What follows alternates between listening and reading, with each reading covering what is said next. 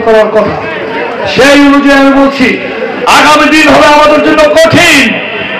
পূর্ব আকাশে সূর্য উদিত হয়েছে, মেঘ কিন্তু কেটে যায়নি।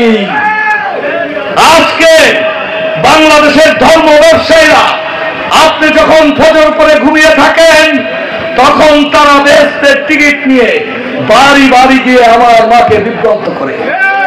আপনি যখন ঘুমিয়ে থাকেন অথবা মনে করে থাকেন বাংলাদেশে শহীদ জিয়ার দল ক্ষমতায় যাবে, এটি যদি স্বপ্ন দেখেন সেই স্বপ্ন বাস্তবায়ন হওয়া কঠিন। লড়াই এখনো শেষ হয় না। আমরা স্লোগান দেই আবু সাইদ মুগ্ধ, আবার হবে যুদ্ধ। কারণ কি?